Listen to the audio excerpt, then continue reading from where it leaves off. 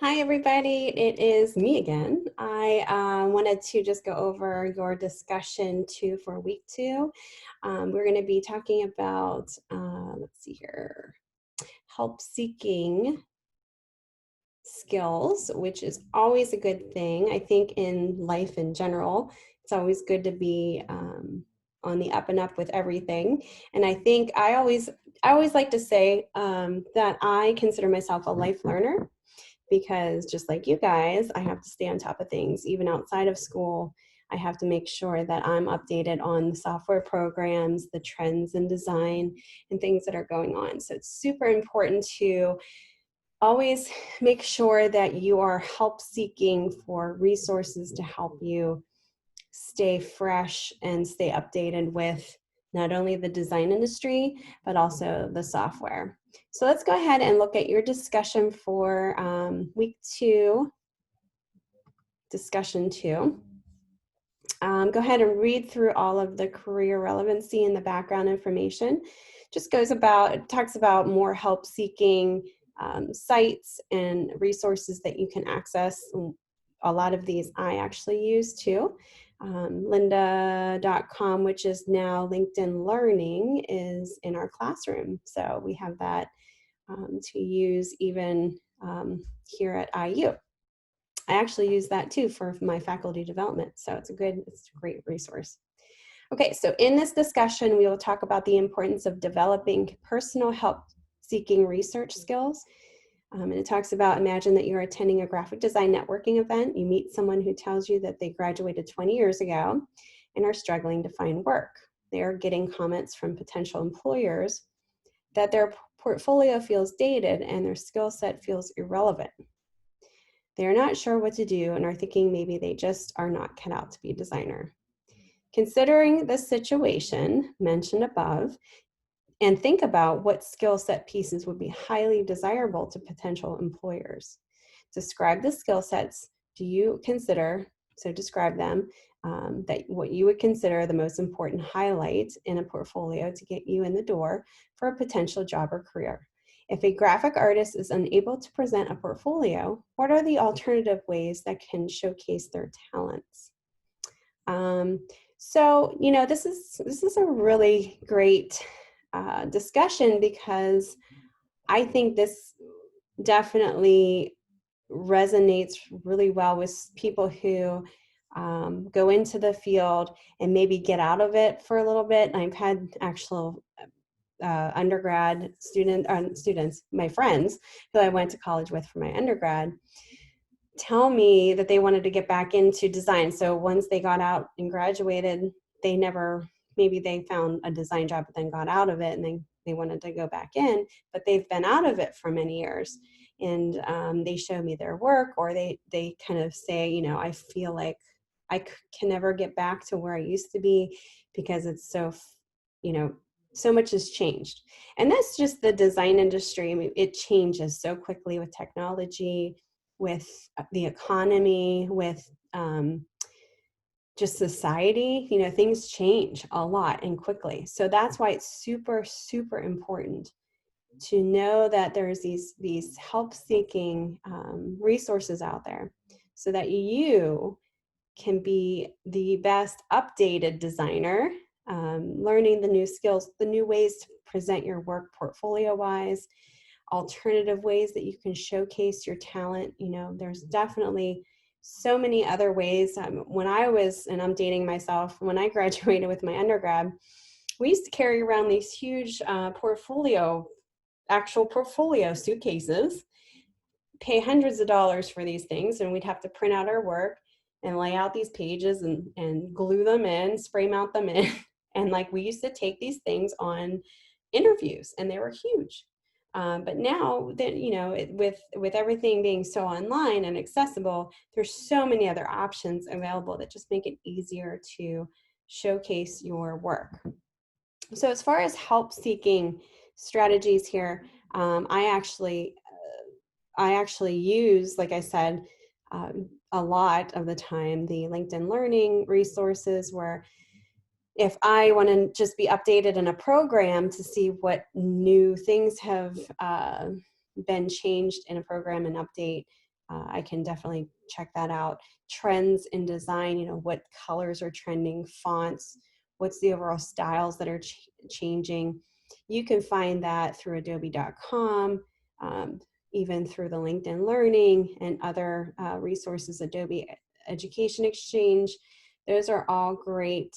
And the Adobe Education Exchange is free online courses with new techniques and trends. So that's really nice to kind of just get small snippets of you know, just quick videos to keep you in the loop and keep you updated as a designer. So check out those sites if you have not yet, especially LinkedIn Learning, because we have that already accessible in our classrooms for you guys as an added resource to use, a supplemental resource to use.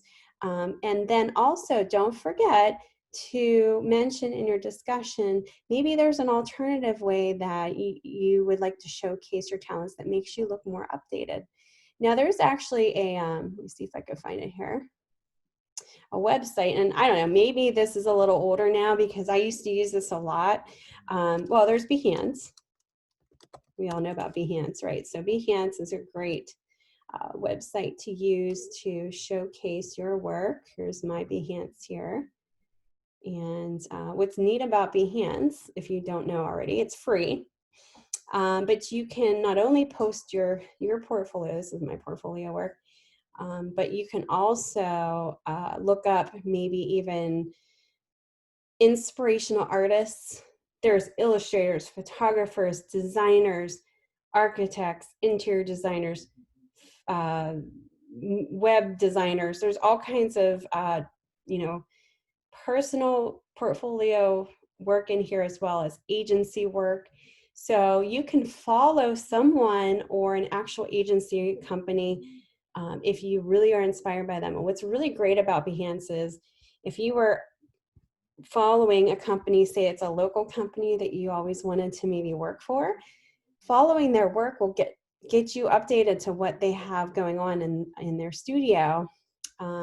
So that if you were ever to send like an inquiry about employment, you could put in there something in the cover letter about how you've been watching their work and, you know, on Behance, and then also in an interview, you can talk about that too. So it's a great way to kind of network and to make it look like you're, you know, on top of things and not just blindly sending like a resume to somewhere. You've actually been interested in the actual company. So another place, another interesting, let me see here, issue.com, and I've used this many times.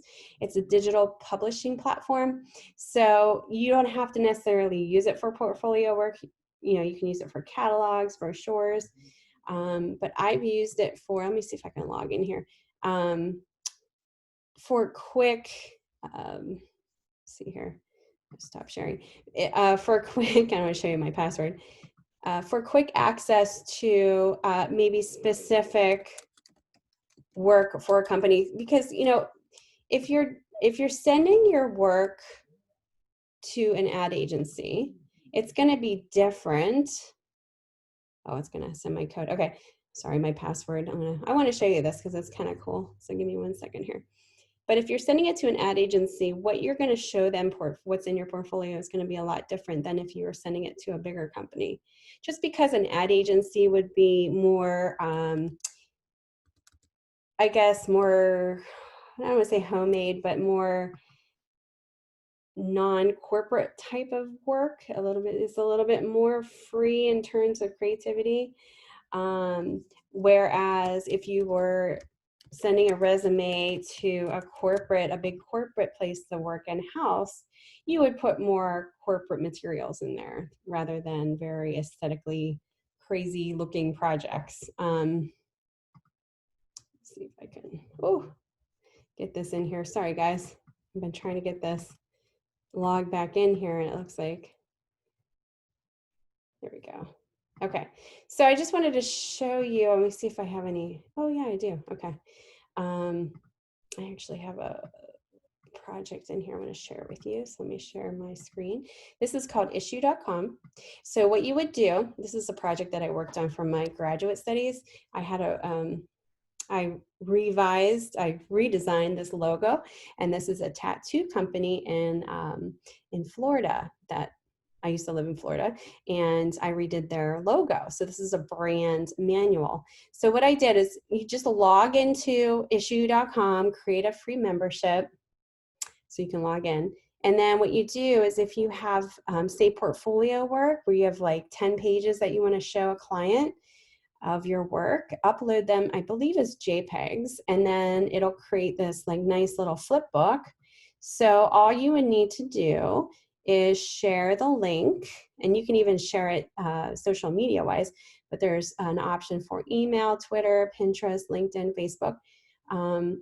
So if you wanted to email, say, or even just copy the link and send it in an email, that's such a nice, easy way to send somebody your work if it's, you know, a few pages that they can just flip through here. You know, this is a brand manual, so it's 63 pages that I did. But anyway, you get the idea. You could have, you know, 10 pages of work that you specifically are sending to a company that you know that this is what they're looking for. You know, if they're interested in somebody who has a little bit more of an illustrative skill, you'll want to put maybe more illustrative work into your portfolio. For instance, if somebody, another company is maybe looking for more branding, that means logo, stationery, building a brand, you'll want to put more branding in your portfolio. So this is a nice way to customize your portfolio, an easy way to send it instead of, you know, that big portfolio suitcase. Or printing it out and you know, dealing with all that. This is a really nice and easy way that you can even send a leave behind. A leave behind would be something that kind of sums up what your work is all about. So it's a few of your pieces that you can send to, maybe you had an interview and you just want to send a little leave behind, which would be a 10-page, you know, issuu.com portfolio flip page that you want to send them. And that way they always, you know, it's very memorable. That's why it's called a leave behind. And it makes you, you know, kind of stand out with your competitors who are also interviewing for the job. So issuu.com is kind of an interesting website that you can use. There was also one called Flip Snack. I don't know if it's still around. I used that many, many years ago. Let me see if that's actually Flip Snack. It's pretty much the same thing. Yeah, it's just a little different. So, but check that out. That definitely could be for your discussion, the alternative portfolio to showcase your work. Okay, so have fun with this. You know, there might be something, you guys are younger probably than me, so you might know of a more updated way of showcasing your work, an app out there that you can talk about as well. So go ahead and share that with us and get your discussions done. Bye, guys.